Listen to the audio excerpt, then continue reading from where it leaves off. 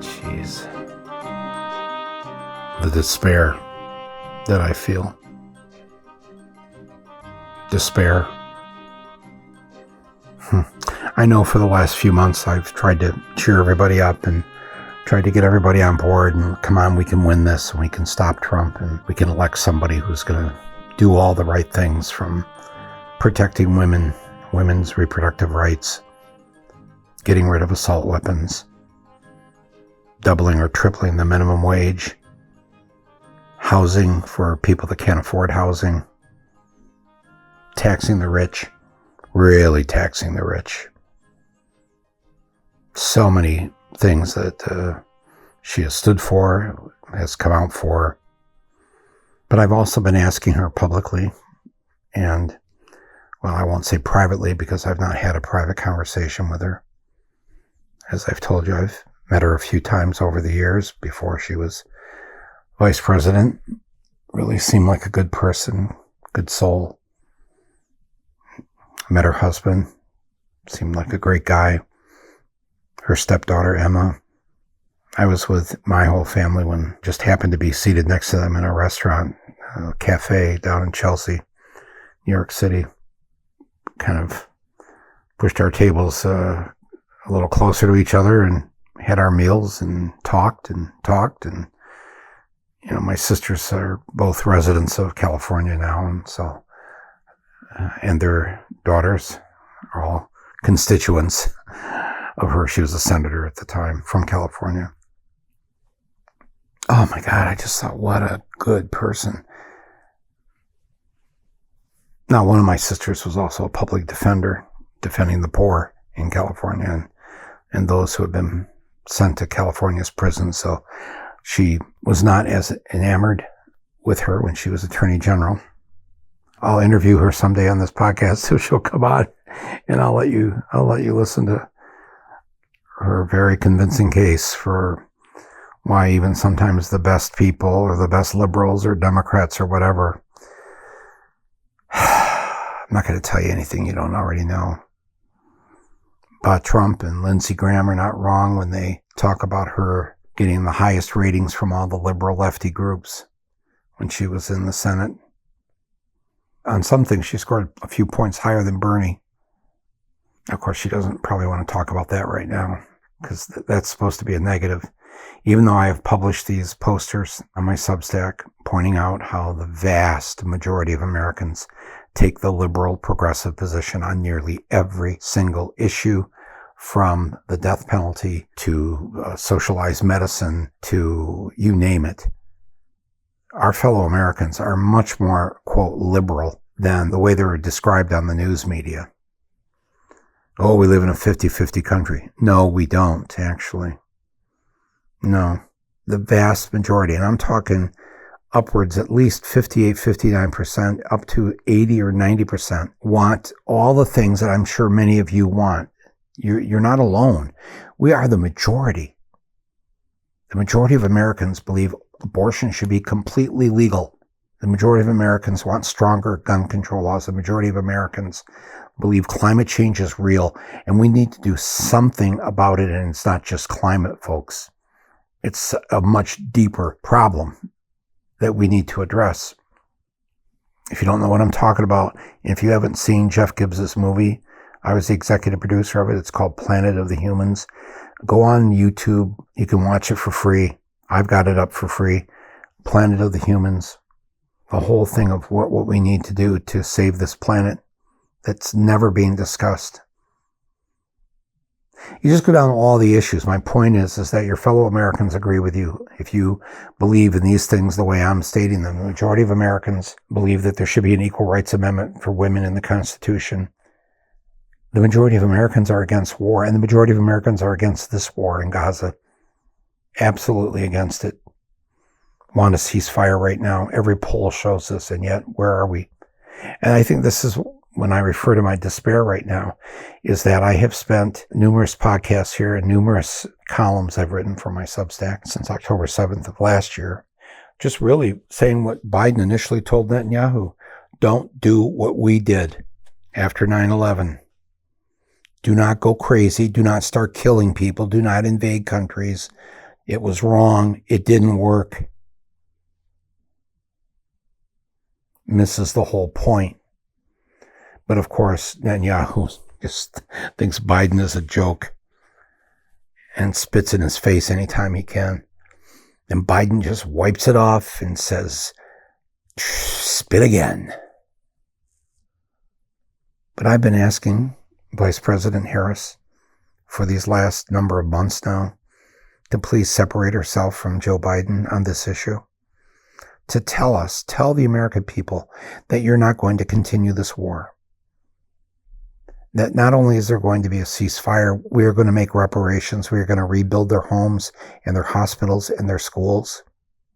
Maybe someday tell them, like we've had to do so many times throughout history, and so many times that we haven't, from our genocide of the Native Americans to our enslaving human beings from the continent of Africa, and on and on and on. Japanese internment camps in World War II. It's just this whole list of things. The way that we've used our prisons as camps to put away black and brown people under the guise of justice. All of this stuff. And I've just asked Vice President Harris, please, I've tried to explain how, first of all, you're going to lose the state of Michigan if you don't stand up for Palestinian lives. We live in a state with 200 to 300,000 Arab Americans, most of whom are Muslim. Not all, but the majority.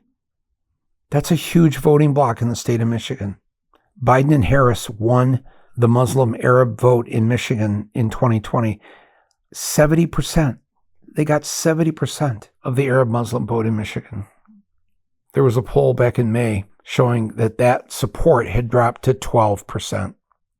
I've seen a more recent poll where once Biden was out and Harris was in, it shot up. It got better.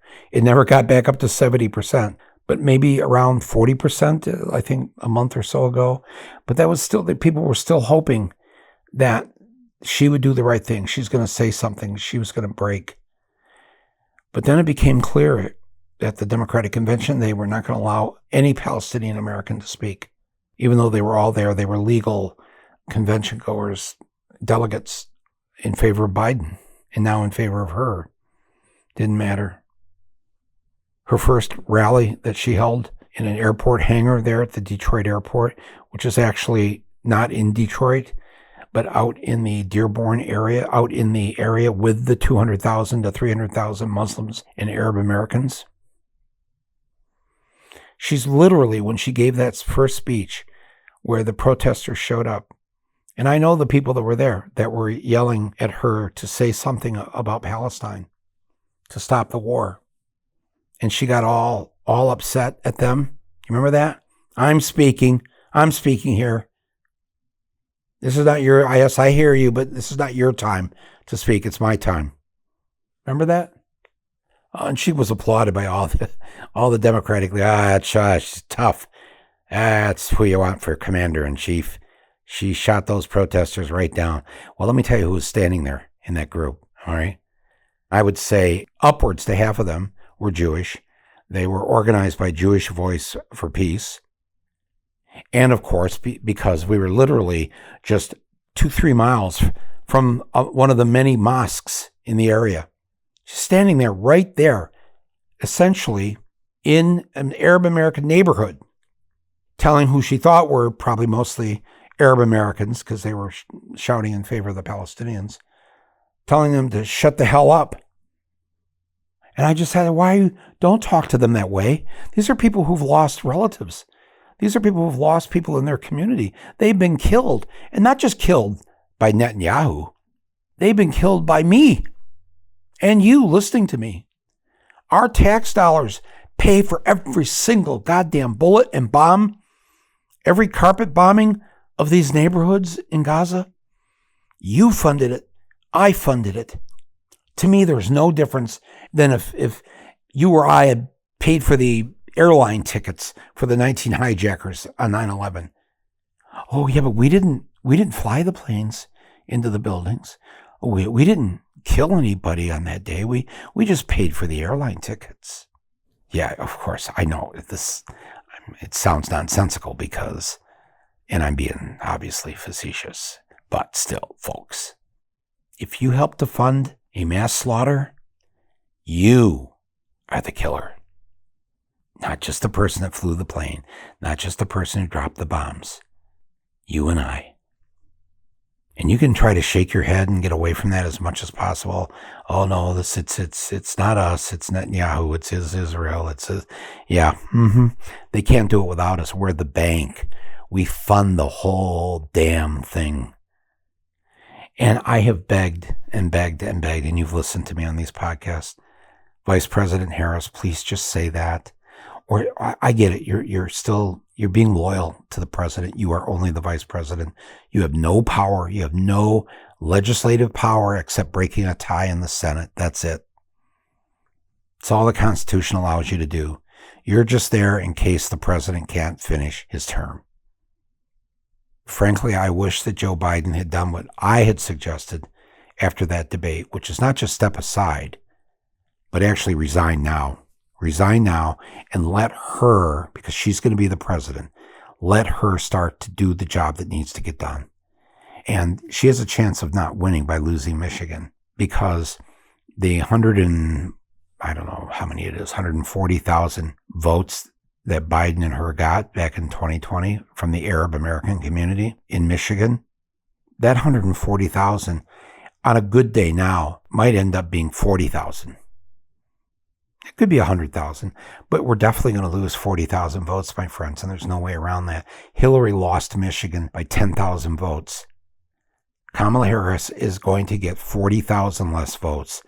Nobody I know in Michigan, no politician, nobody who's part of the political apparatus will say now that that's a sure bet that she can win Michigan. I mean, I've been doing my own organizing. I've been working overtime on this of trying to get out the vote in Michigan, trying to make up for those 40,000 votes we're not going to get by, well, there's two groups that we're appealing to, my friends and I and my team. One is the non-voters, the people that traditionally, they're registered to vote, but they don't vote. It's about 2 million people in Michigan that don't vote. We only need, 40,000 of them to show up and make up the difference. Or the 75,000 back in 2016 when Hillary lost Michigan, because 75,000 people, mostly in Democratic districts, 75,000 people showed up to vote. They actually showed up to vote. And they voted for every candidate position on the ballot except for president. They left the top line blank because, of course, they hated Trump. And they couldn't stand Hillary. Or they were offended by Hillary just deciding to hell with Michigan. Refused to come and do a single campaign day in the state of Michigan. Same thing that she did to Wisconsin. And no matter how much we tried to warn them that was going to kill the vote, a state that Obama had won twice, they wouldn't listen to us. She wouldn't come to Michigan. The Democratic Party and her campaign, I mean, they were so petty. They would not allow any yard signs to be sent to the state of Michigan because, as I was told later by one of the campaign co-chairs, the campaign in Brooklyn, the headquarters of the Hillary campaign, said that they didn't want signs up and down the road because they would remind the Trump voters that they got to get out there and vote for Trump. I swear to God, that's what we were told. And so no yard signs for us. And of course, Hillary lost by 2 votes per precinct on average. 2 votes per precinct in the state of Michigan. That's all. So we're trying to get some of those people that left that top line blank on the ballot back in 2016 to make sure they get out and vote. And we're trying to get the people that are traditionally non-voters but lean toward the Democrats when they have voted to get them out to vote. And people write to me. Every day I get these letters from people saying, Mike, you got to tell the Arab Americans in Detroit, they got to vote. Trump's worse. Surely they see this. Trump is worse. Look what he did. The Muslim travel ban. The Muslim travel ban. I'd forgotten all about that. Yeah. Here's what one of my Muslim friends in Flint said to me about that.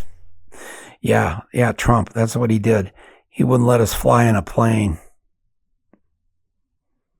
That's about as bad as it got with Trump.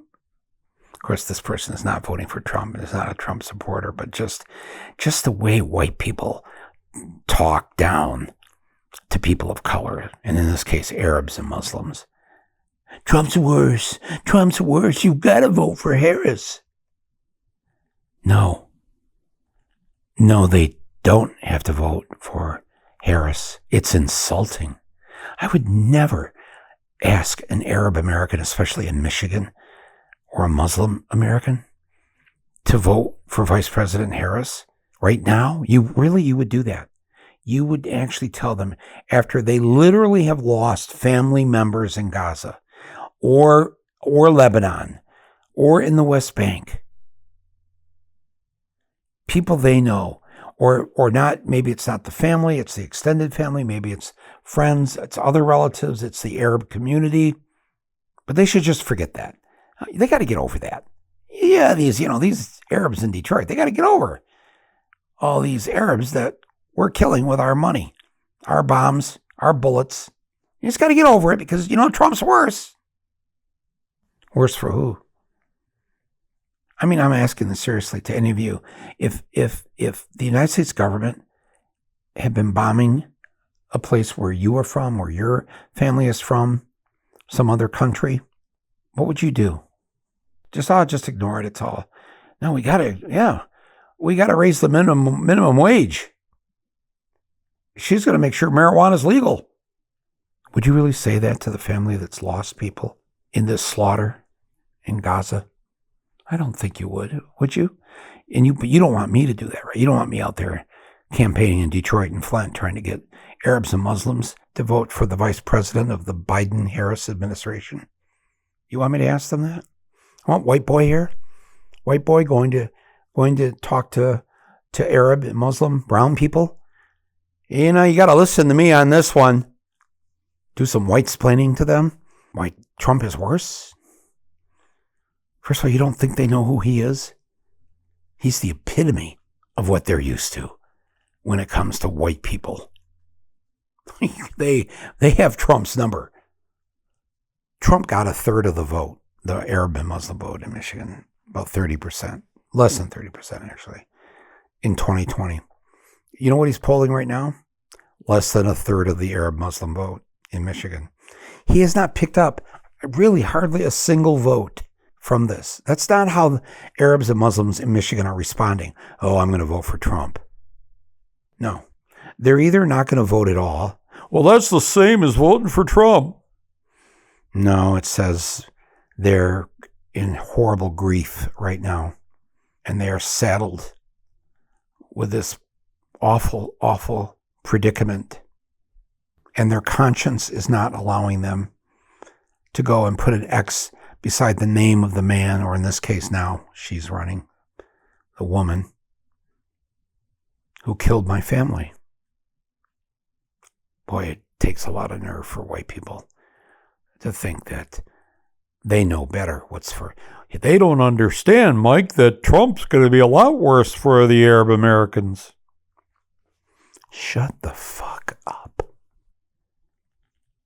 Wow.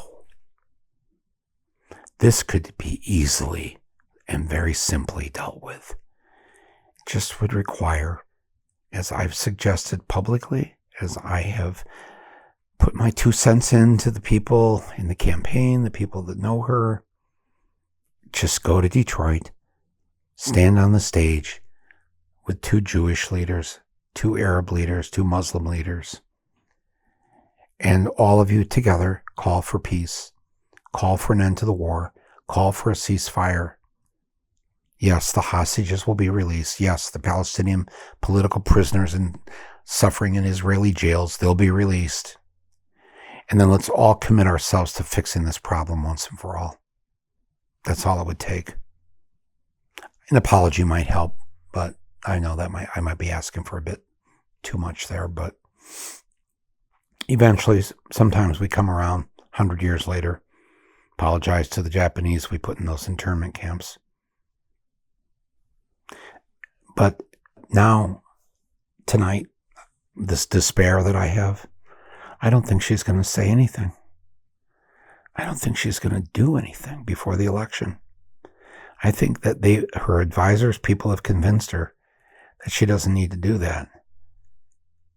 And some people have written me, well, Mike, she does that, then she's going to upset the Jewish voters, and then she's lost the Jewish vote. Lose the Jewish vote? No, folks.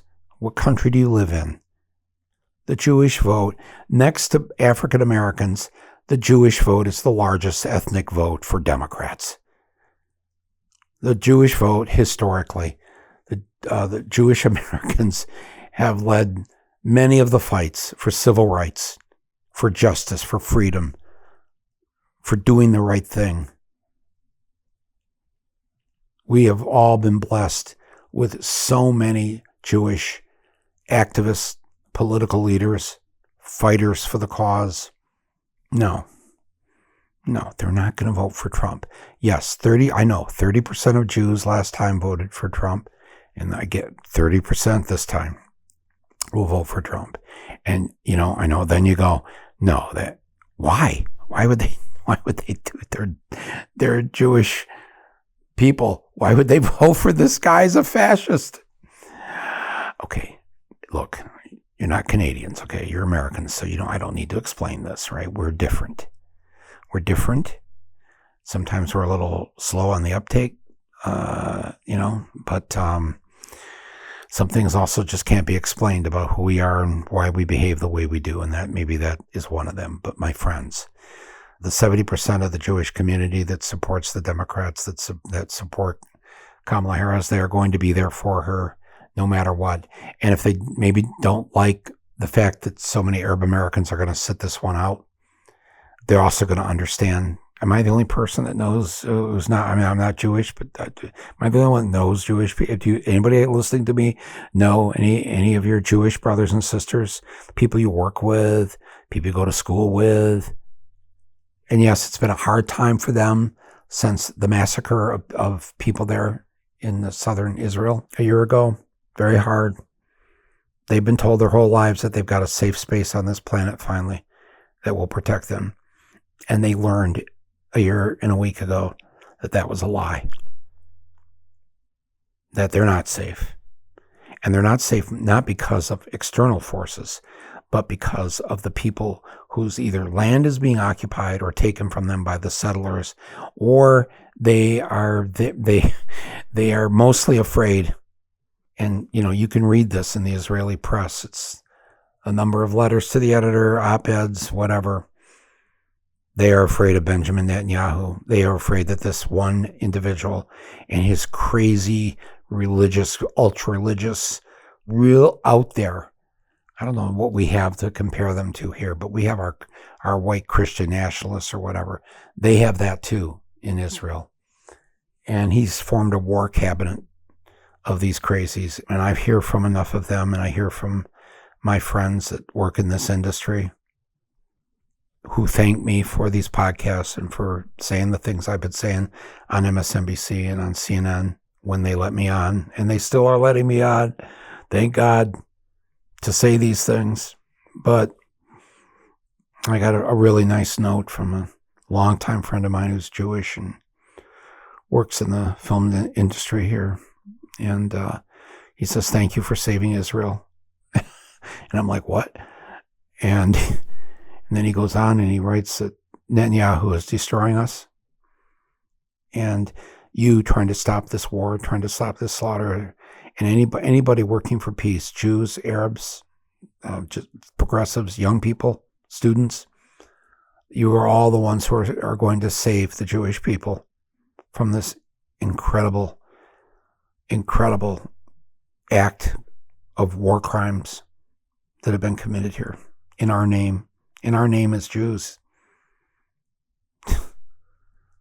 I know, I've listened to this. I've listened to the despair that what they've done is disparage the good name of those who perished in the Holocaust. And by using them, by using those who've suffered in the past, suffered through centuries, simply because they were Jewish, and to use them and this suffering as some sort of justification for killing people, for taking their land, as I've pointed out to you and read it to you here on this podcast, river to the sea, the original language of that, you can go right to the Likud party founding papers in Israel, Netanyahu's party. They don't say river to the sea. I think it's backwards. I think it's from the sea to the River Jordan. It's right there in their founding documents that all of that land belongs to them, not the Arabs or Muslims. If Vice President Harris won't make it clear, and she should say all the other things she's been saying, the right of the Israeli people, the Jewish people, to survive, to defend themselves, absolutely. That's the majority of Americans. That's their position. They don't want any more death. They don't want any more October 7th. They don't want any of this. We had our chance to try to save people that were going to die in the Holocaust. We wouldn't let them into this country. That was us. And so when they were eventually killed, as I've said before, and I'll say it again, no Palestinian put them into the ovens.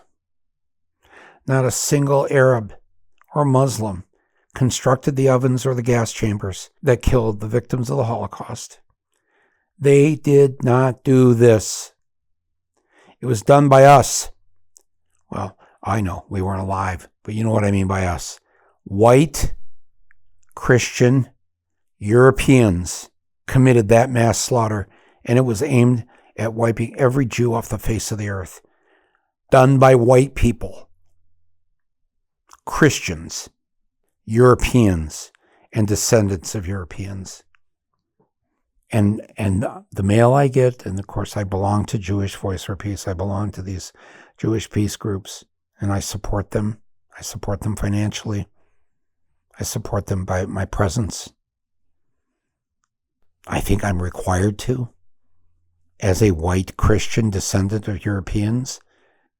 We're the only people, and my Jewish friends, they know the only people they really have to fear is us, the white people, the Europeans, the Christians.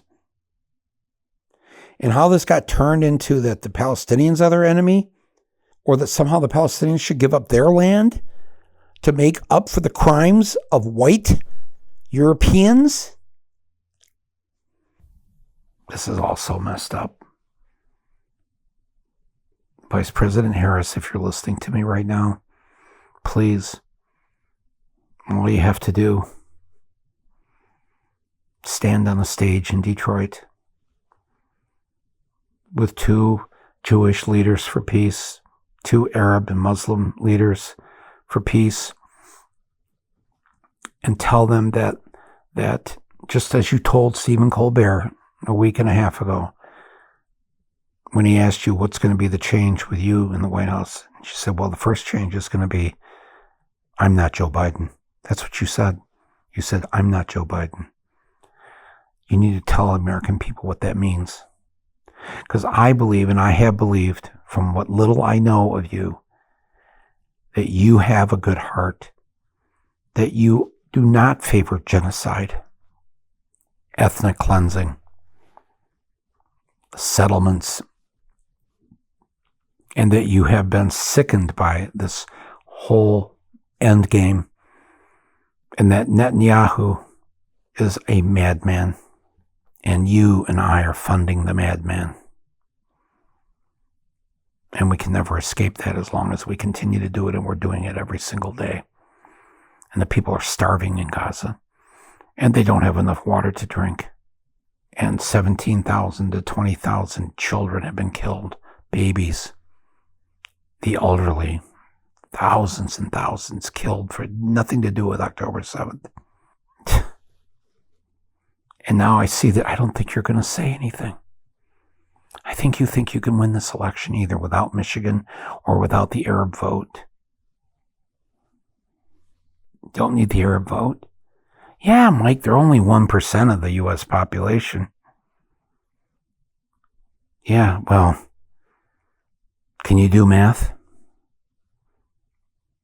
330 million Americans and 1% of them are Arab. What's 1% of that? Well, let's see, 10% of 300 million. would be 30 million. So 1% would be 3 million. So anybody listening to me right now, do you think we can do without the 3 million Arab votes, Muslim votes in this country? Yeah, we don't need 3 million. Yeah, oh, no, this election, it's going to be huge. We don't need them. We can just piss away. I mean, they're not going to all not vote. Like I said, Trump's going to get a third of them. But is that your attitude, really, that we don't need the 1% who are Arabs and Muslims? If you believe that, then you're the one reelecting Trump. You're the one putting Trump back in the White House. So I'll continue to do what I've been doing to get out the non-voters in Michigan to make up for the at least 40,000 Arab votes that Kamala Harris is not going to get, that she got back in 2020. And I will try to do what I can to reach out to the 75,000, mostly Democratic voters who did not vote for president in 2016. They voted for every other politician on the ballot, but not for president because they couldn't stand Hillary, and they definitely couldn't stand Trump, so they just left it blank. You can't leave it blank this time. And if people are screaming at me now on Mike, quit telling them that they've got to vote or that they've got to vote for Harris. But again, do I have to remind, can you not tell by my syntax? I don't know that I'm white, right? I'm a white boy. I'm a white guy. Yeah. I think just on this one issue alone, for instance, because I don't have a uterus, because I will not be forced to carry a fetus to term against my will for 9 months to birth a baby that I did not choose or want to have. I'll never have to go through that. And if you think that I don't think that my vote, that I have to come down on the side of the majority gender, the women of this country, to stop what Trump's court and what Trump is doing, has done, and will continue to do. Yeah, very easy for me to say, oh yeah, I'm voting green this time. I didn't mean that to mock people who are voting green. I respect you. I have voted green. You're voting your conscience. I get it. It makes you feel good. I get that. The need to want to feel better right now. I get that too. But I also have to, I think, as a white person, as a white male, subjugate my vote to the will of those who are suffering because they don't have my privilege. You know, my other sister, she teaches in a community college in an American city where, you know, the majority of her students are black and brown, Asian Americans. She tells me, I heard when Trump was president for 4 years, how much harder they had it. And they will have it really hard and bad this time. And white people listening to me, are you saying that you're not going to think about doing something that might put Trump back in there? Or, well, Biden's just as bad, Mike, you know, Genocide Joe. Yeah.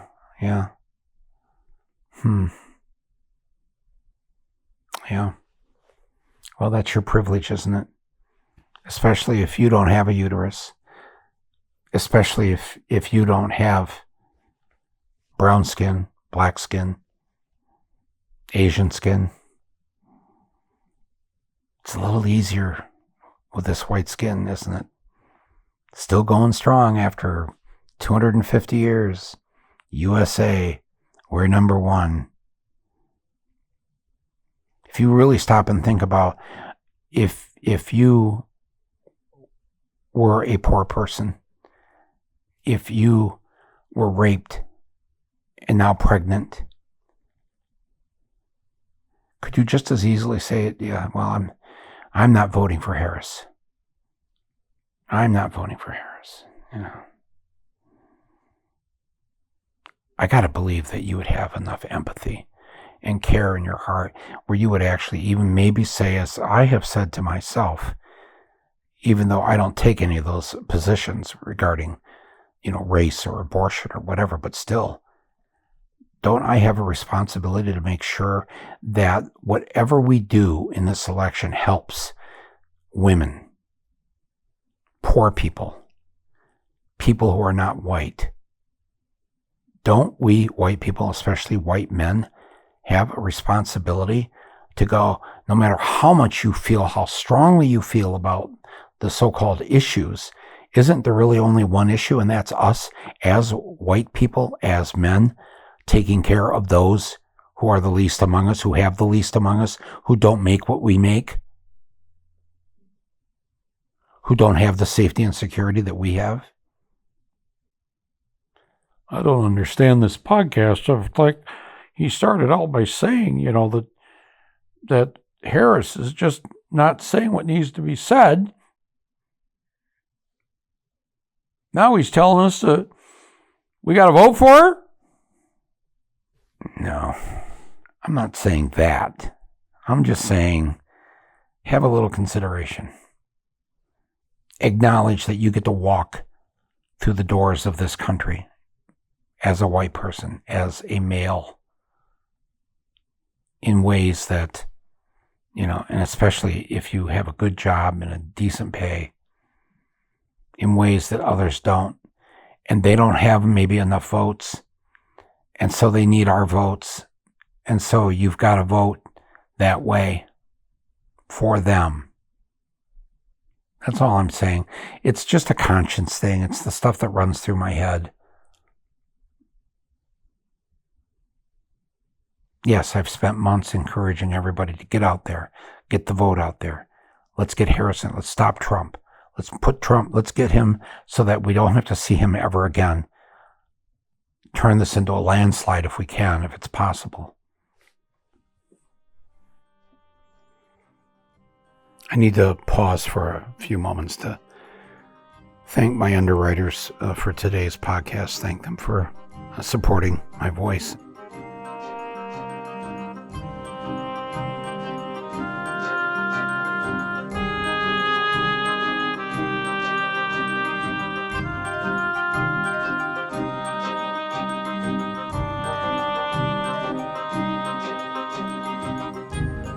First up, I want to thank Babbel. As many of you know, language is one of the most important and profound ways we connect with one another. And learning a new language or a second language, it's more than just learning how to say phone in Spanish. It puts you in the mindset that I am part of a bigger world. And then that helps connect you to that bigger world. Babbel is the language learning app that actually works. It's backed by science. It's designed by real people for real conversations.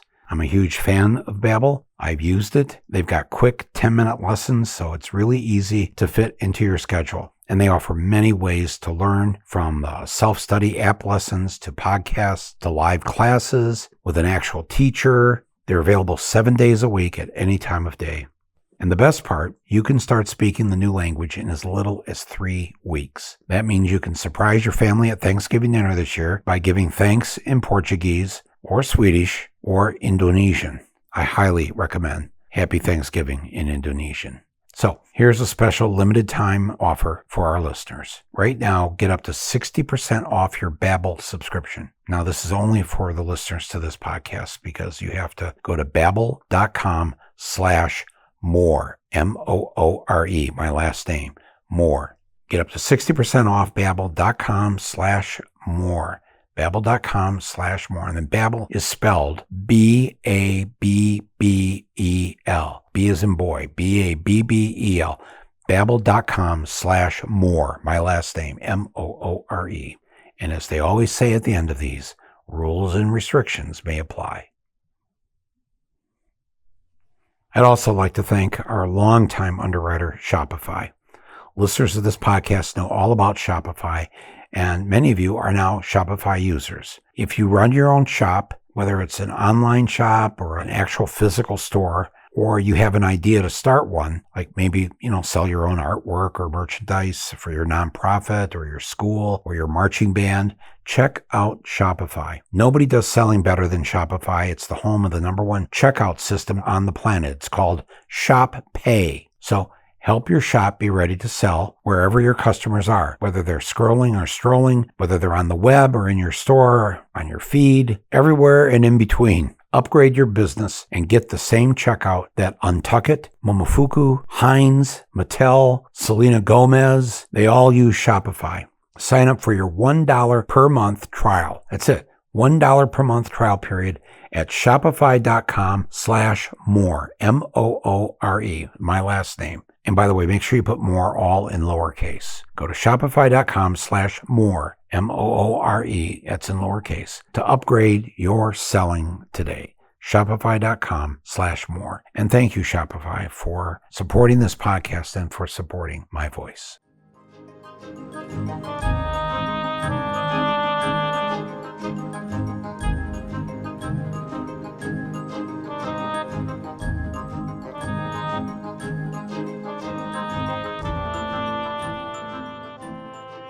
Okay, back to the matters at hand.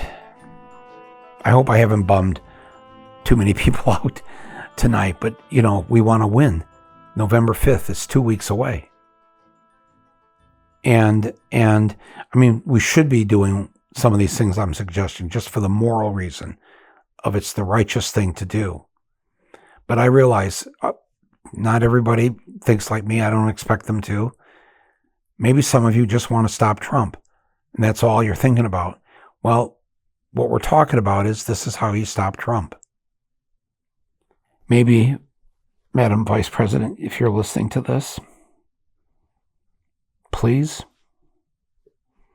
maybe just as a favor to me,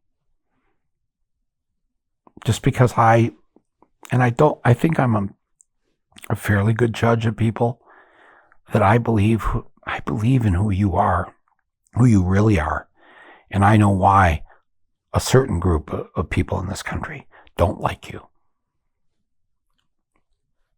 And they have to be defeated on November 5th. And you have to be the one to do that. And then I got to believe that once in there, you are going to do the right thing. I have believed that in my heart of hearts. I've told people this. We've got 2 weeks and a day now. That's it. 2 weeks and a day. Vice President Harris, you could make this a lot easier for all of us without giving up on any of the core beliefs you have, without having to dump all over President Biden. You don't have to do any of that.